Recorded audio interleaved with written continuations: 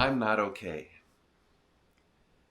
Those are the three words that I don't think I've ever heard from anyone I know in the car culture. It's probably the hardest thing that any of us, especially us men, because let's be real, if you're watching this channel, statistically you're a dude. You don't say these things. We don't talk about these things. No one walks up to you and asks, "Are you okay?" They ask, "How's your car running? How's that modification you did? How's your job? How are your kids?" But we don't ask each other, "How are you? How's the person behind the wheel?" I think that's become a substantial problem for all of us. Sometimes we fail each other and it's not our fault. I think there is a lot of societal pressure to behave and act and be a certain way. There's certain images that are expected of us as men, especially in the car world, how we should act, how we should behave, what things we are and are not allowed to admit or talk about, and especially we are not allowed to be vulnerable.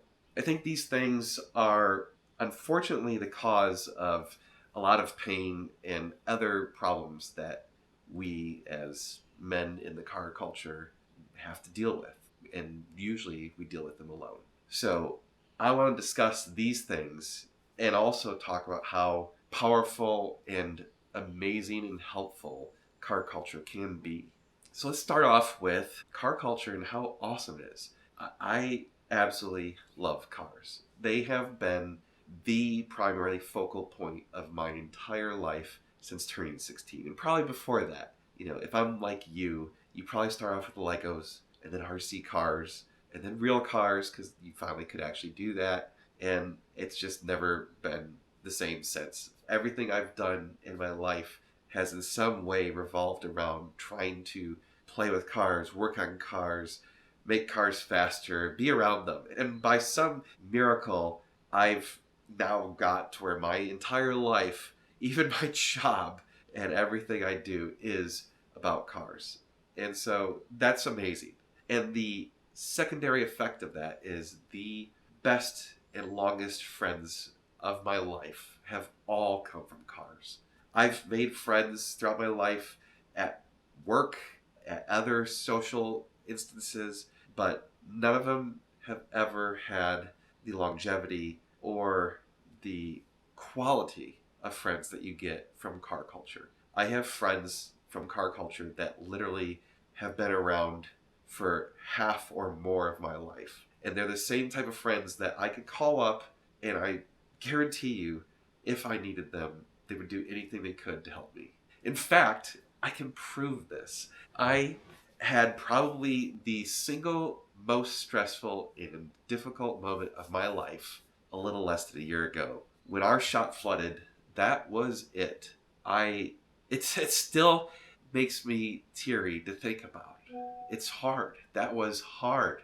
That was emotionally disturbing, and it wrecked me. In the hours after I first got to the shop, I called my wife. I called Josh, and I produced a quick video, and I released that on YouTube Shorts, and that's it. I didn't have the emotional capacity to deal with anything more than that. Within an hour, friends from our car community started showing up unsolicited. And in fact, I later found out that some of my friends from the car world were calling each other saying, "Did you see what happened to Dan and Josh's shop?" And they were like, "We need to get over there right now." And they did. They showed up without question and just started helping. And that was powerful. It's amazing. We need that. We need more of that. So here's the problem. It took being extraordinarily vulnerable to reach out, even though, and I'm going to argue, I still in some ways failed myself in that instance. I did not directly reach out for help. I only contacted my wife and Josh and then produced a video. If I had not had this platform, if I had not had a YouTube channel, I don't know if I would have reached out to my friends directly and said, "I need help. I'm not okay." And I think my story would have been different. Without the community's help, we would not have made it. I have no doubt in my mind that this business, this shop, this dream would have died that day. It was the end. And because people identified that I wasn't okay and Josh wasn't okay and we needed help, they helped us and we survived. In hindsight, I wish I had had the courage to specifically call my friends and say, I'm not okay, I need help.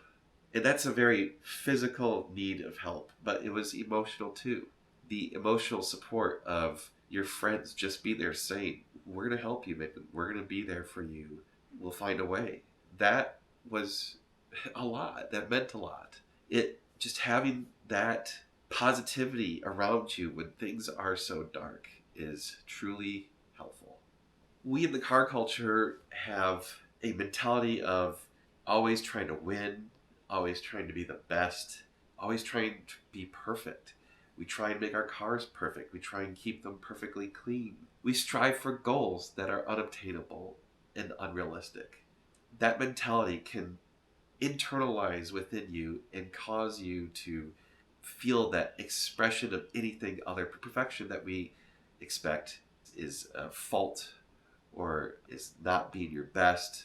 Having that vulnerability is something that is necessary in order for people to identify that they can help you. Because the reality is, most people want to help, especially your friends, especially people in the car community. When people in the car community reach out, we've seen people post simple things like, hey, so-and-so's kid is having their birthday party and they would love to see some cars.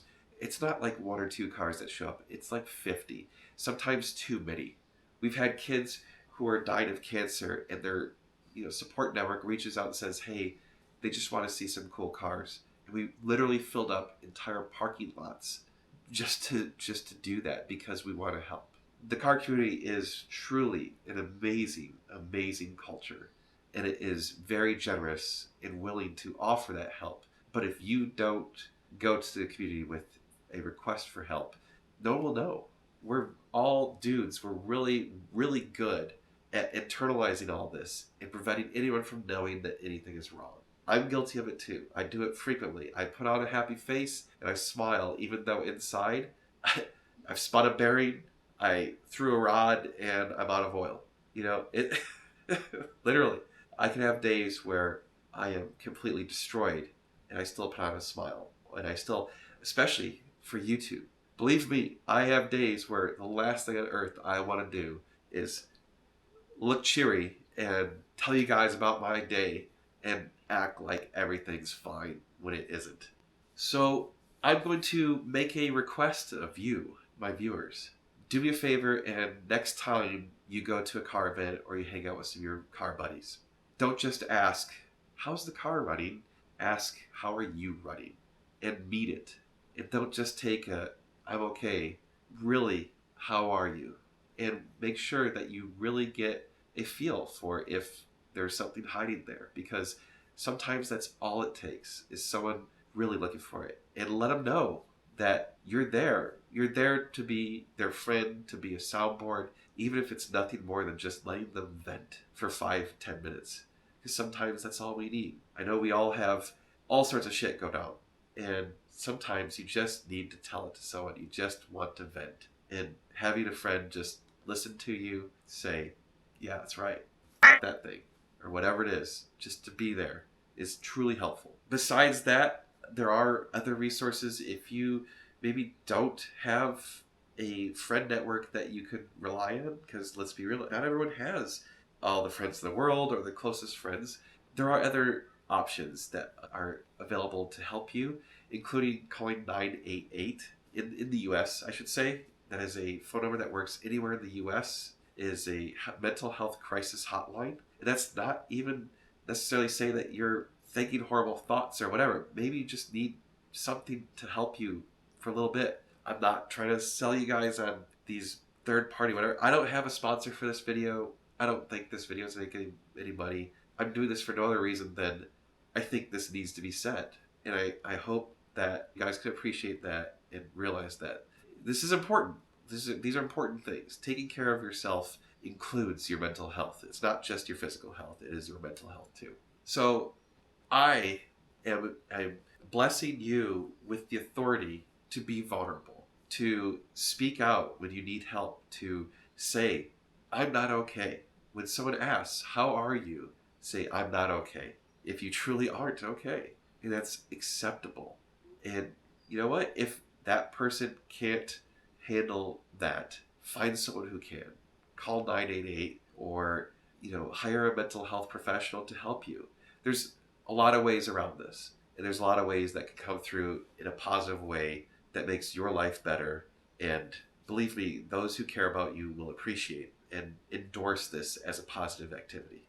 As a quick side note, I just want to say I'm really proud of my uncle. He established the 988 phone number. I thought that was pretty cool. It's been kind of his passion project. So, my Uncle Joe, thank you. That's pretty awesome. We're really proud of you about that.